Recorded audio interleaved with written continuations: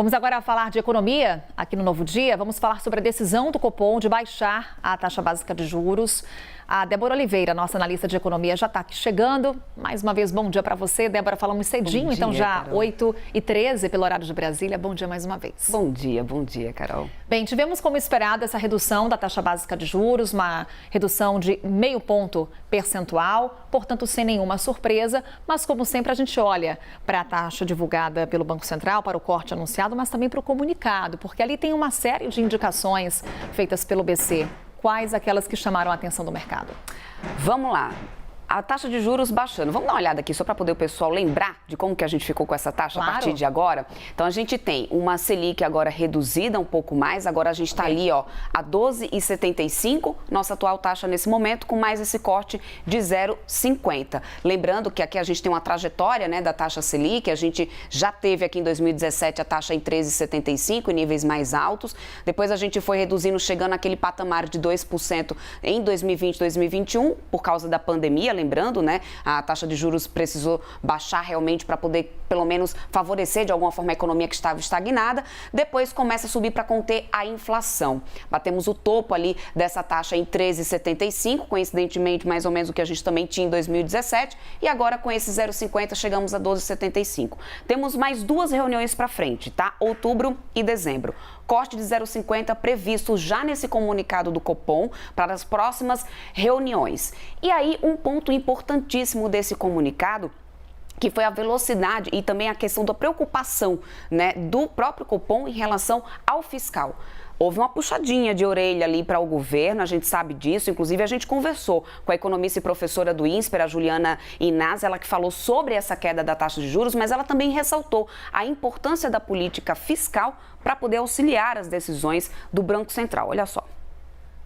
O Banco Central está muito preocupado com como as expectativas estão se formando, né?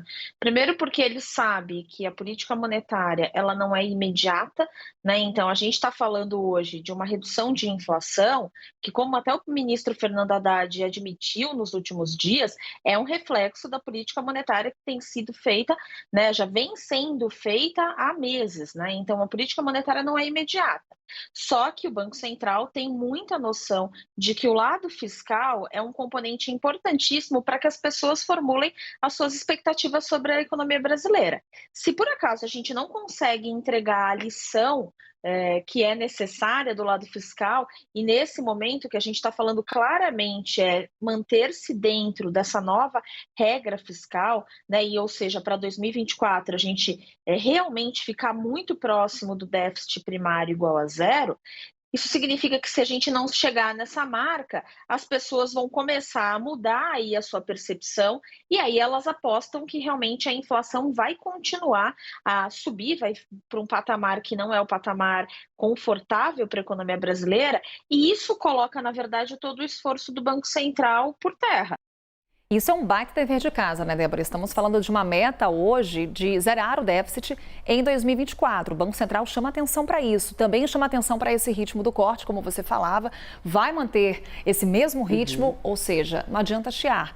É 0,5 ponto percentual. Ainda até tem espaço para poder aumentar um pouco essa velocidade, mas precisa fazer esse dever de casa com esse fiscal. Aliás, o mercado agora já aguarda essa ata ansiosamente da reunião para poder entender a justificativa para o Copom ter aumentado também a expectativa da inflação. Aumentou pouquinho, 0,1%, mas já entendendo que a gente não vai ter como cumprir essa meta para os próximos, né, para frente, para os próximos anos. O mercado entende assim, será que foi por causa do PIB? Vamos esperar essa ata para poder entender essa inflação mais alta, mas isso acaba sendo preocupante, né? Fica o recado então, tem que fazer o dever de casa, tem que ter o compromisso com o fiscal. Por outro lado, Carol, a gente, claro, já está vendo essa repercussão também na ala política. Vamos dar uma olhada aqui em alguns twitters que a gente já andou acompanhando por aqui, que foram, né, divulgados. A gente teve a Gleisi Hoffmann, presidente do partido, né, do PT, dizendo que esse processo de redução da maior taxa de juros do planeta começou tarde e não pode ser feito com conta-gotas, como indica então o comunicado do Copom.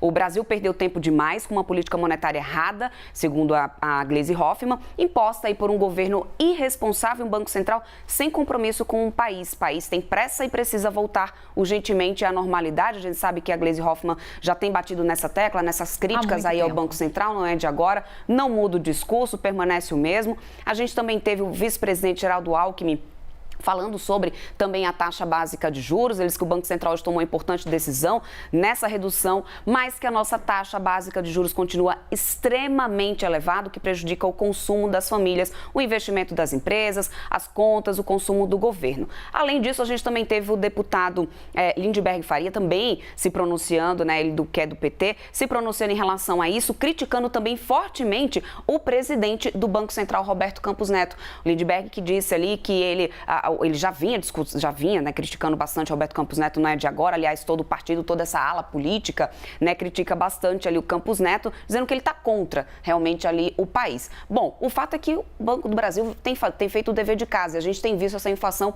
começando a ser um pouco mais contida. É o resultado que se espera para poder a gente continuar nessa engrenagem, inclusive da economia.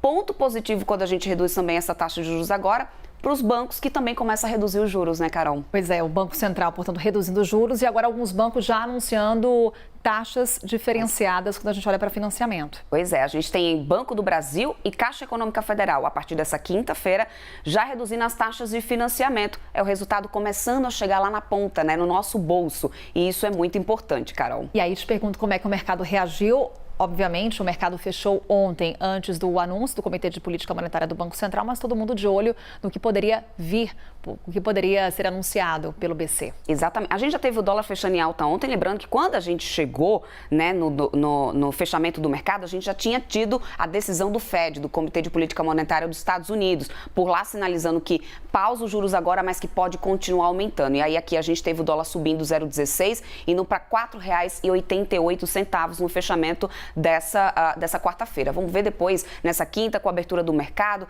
qual que será a leitura, tanto desse puxão de orelha que o comunicado deixou, como também dessa nova meta ali de inflação estabelecida no comunicado pelo Banco Central. E claro, também ainda a repercussão com relação a essa decisão do FED, decidiu manter por lá aquele intervalo dos juros nos Estados Unidos. Daqui a pouquinho a gente conversa mais, Débora. Até mais, Carol. Até mais, pessoal. Tchau, Até tchau. Já.